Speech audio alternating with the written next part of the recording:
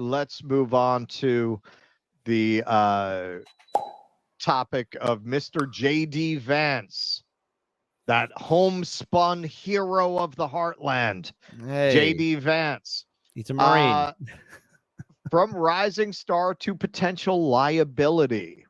Yeah, they're really going after this guy. Now, frankly, I never thought he was much of a political talent. I remember when he ran for Senate, watching to see him speak because I was curious. Yeah, I mean, he's not a natural. He certainly is not, like some people are, but he is not one of them. Far from being a yin-yang pick chosen to counterbalance the senior candidate's weaknesses, Vance, the first-term senator for Ohio, a state already firmly in the Republican camp, was selected because he faithfully reflected the ideological gut instincts of Trump, despite having previously called him America's Hitler and cultural opioid. But there is ample reason to believe the choice was driven by a euphoric belief on Trump's part that November's election against an aging, ailing, and unpopular Joe Biden would be a shoo-in. With Biden's withdrawal and almost certain replacement as Democratic nominee by the vice president, Kamala Harris, a very different electoral landscape looms. And Vance, with his hardline anti-abortion stance and sneering contempt for childless women, may be entirely the wrong partner to help Trump traverse it. Quote, okay. I mean, they're not wrong. This was clearly a, we're so far out ahead we can pick who we want pick, because what does he bring really?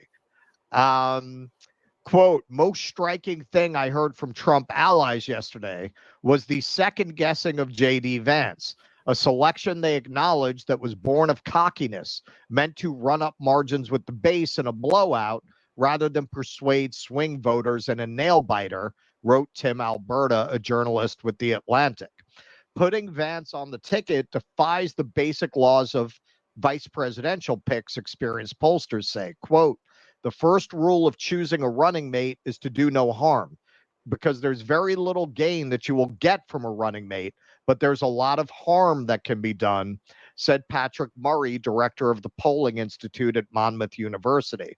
In effect, the JD Vance pick may be shaping up to possibly be that kind of harmful pick. He helps to focus much more on the negative aspects of Trump that turned voters off. One of the things that gets overstated by journalists is the appeal of a running mate to a block of voters. That you think, for example, of the JD Vance idea that he's going to appeal to white working class voters outside of his home state of Ohio. That never happens, because voters are looking at the top of the ticket for that kind of message. What it does say is that your kind of balance you're going to bring to your office, what kind of strengths you're looking for, unquote. What those might have been scrutinized by a nascent Harris campaign eager to turn the spotlight on the very issues Trump wants to neutralize, namely abortion and women's rights, and the threat to general freedoms believed to be represented by Project 2025. Exhibit A on Vance is a 2021 interview with then Fox News host Tucker Carlson. We're going to show that. Okay. So let's just jump ahead. All right. So as you can see, I pulled this video off Kamala HQ because they are already starting to send this around. All right, there it is. Look, what I was basically saying is that we're effectively run in this country via the Democrats, via our corporate oligarchs, by a bunch of childless cat ladies who are miserable at their own lives and the choices that they've made, and so they want to make the rest of the country miserable too. And it's just a basic fact. You look at Kamala Harris, Pete Buttigieg, AOC, the entire future of the Democrats is controlled by people without children. And how does it make any sense that we've turned our country over to people who don't really have a direct stake in it? I just wanted to ask that question and propose.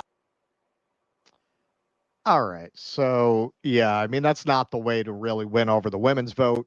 No. He has also voted to block IVF. So this next part, there's a little insert from Variety.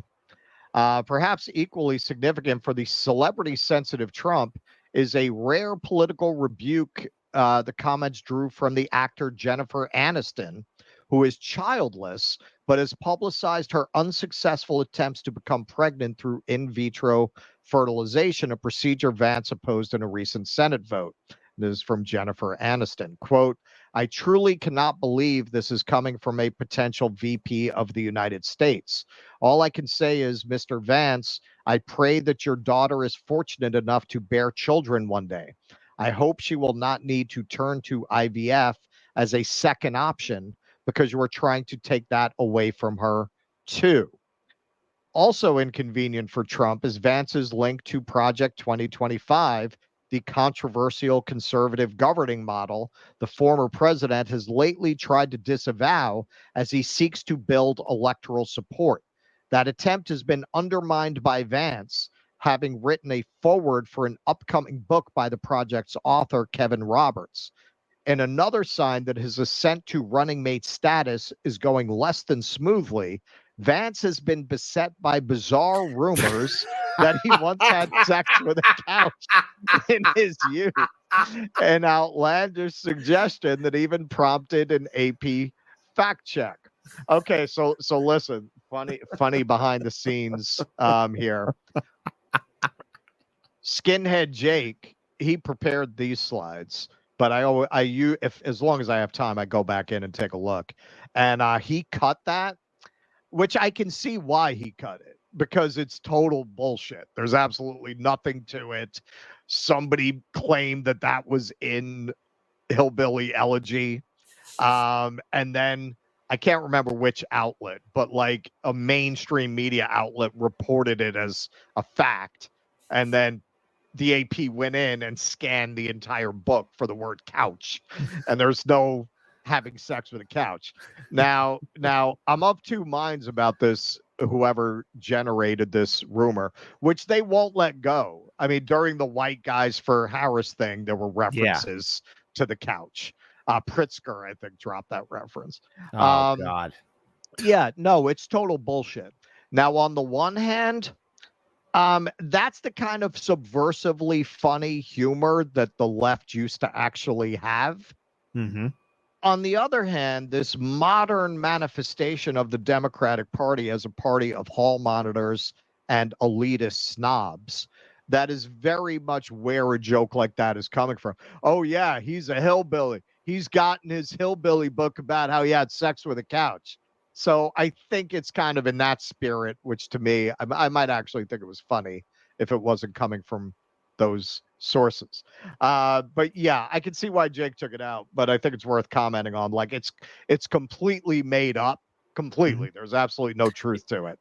Well, I find it funny that, the Democrats would be using that. But hey, Democrats, a lot of your politicians also have some skeletons in their closet who've done some very cringe stuff, not to mention an infamous black book that belongs to a guy, J and E. That's all I want to say. Yeah. Yes, absolutely. And that's another thing, and we'll probably cover it later in the week. There just wasn't time today. They got their talking points. Weird is the word, and they're going to try to define Trump and Vance as weird. And as anyone with half a brain could point out, do you folks, when you're running cackling Kamala, really want to litigate who's weirder? When your current still incumbent president is a guy who's fond of talking about children playing with his hairy legs. Oh, God. Do you really want to litigate who the weirder party is, who the weird people are? But in their wisdom, no. I mean, it's amazing, and it really shows you how much we don't have a legitimate media, because the politicians and their media figures get the same exact talking point. So now they're all going, weird. It's just weird. It's weird. It's so weird. I'm sure you used that. Weird. Supercut Yeah, that's going around. I actually played that for my show, and I clipped it too. And it is weird that we have politicians who like to do this name calling stuff, and weird that they don't invest in the American people, and weird that they play these games back and forth, and weird that our media constantly lies to us. It's very, very weird. But there's another word I like to call it, and I think it's downright evil. That's what they're doing. It's evil. Yeah, I'm counting down the seconds until the Republicans put together a supercut of Democrats being weird, and then that talking point's going to be retired very quickly. Exposure to the spotlight seems to be damaging Vance's poll ratings. So yeah, this is Harry Enton at CNN. JD Vance is making history as the least liked VP nominee, non-incumbent, since 1980, following her party's convention. He's the first to have a net negative favorable rating. Not surprising, given how weak he ran in Ohio in 2022, far worse than the average Ohio Republican. So the average VP comes out of the convention, I guess, since 2000, up 19 points. He came out -6 in his approval ratings. So yeah, it does seem to be a pretty arrogant choice when you're running, trying to reassure people that at worst you're going to fall back on a European 15-week standard on abortion. You really want to run with a guy who voted against IVF?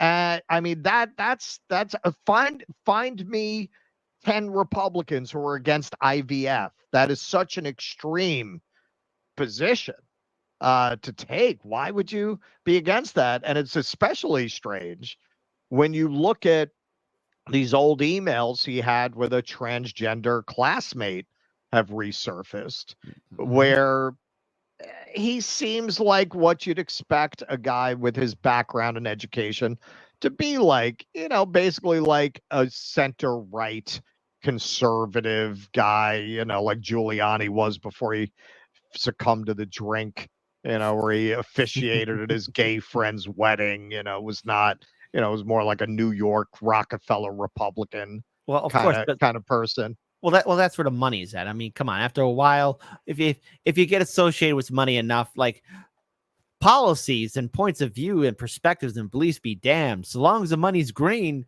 they'll go anywhere.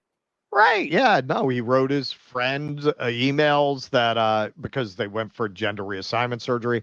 I don't understand the choice you made, but I support it. Like he was like a lib, like the so-called Republicans they get on The View. He was that kind of a Republican based on if you look at his thoughts at that time. Now, he is claiming he's gone through a political evolution. And I believe that up to a certain point, like at the time he was having this conversation, specifically around trans rights, there was not this hysteria and push to bring this into schools and bring this to children. A lot of people who never really even gave this much thought 10 years ago have taken positions on it that they wouldn't have had to take then. Because back then, anyone who claimed to have that identity, there was no reason to question it because there was no social media phenomena of making it trendy. It wasn't trendy to do that. Why would somebody who didn't feel that way claim that? So I believe he's evolved in that way. Has somebody gone from being somebody who was perfectly happy having a transgender friend to really believing IVF is evil in any sense other than seeing it as politically convenient? And if you look at his, Mountain Dew stuff and all that, maybe he's just not very good at politics and he doesn't realize, well, you know what? You don't have to go all the way to the voting to ban IVF place to get in with the MAGA people. You don't have to take it to that extreme. Well, Trump does have an opportunity to at least, maybe pick a new VP. But at this point, it's detrimental because I've seen somebody. Well, again, this was the governor's race in 2018. So there was a person named Daniel Biss. He was running for governor, and he picked as his lieutenant governor, someone who was associated with DSA, but was also, very critical of Israel. And as soon as that got out, originally people were hyped up because these two were going up against Pritzker, and it looked like they could have won. Right. But Daniel Biss dropped the guy who was pro BDS, definitely being critical of Israel, and he cast him out and he picked a new running mate. But even then, it hurt his campaign because he lost his support of the progressives at the time. And mind you, 2018, this was like aftermath of 2016. There was a bigger progressive coalition, and he lost that coalition, and people didn't turn out to vote for him. So Trump has a question now: does he stay with JD or does he pick somebody else? And truth be told, that's very difficult to make a change. Yeah, he should have originally picked Vivek or somebody else at the bare minimum. Vivek JD is slick. Yeah, Vivek would have been a better choice, but I think Trump wants to control his VP and not have his VP presumed to have control over him. He doesn't want anyone smarter. Yeah. Please clap.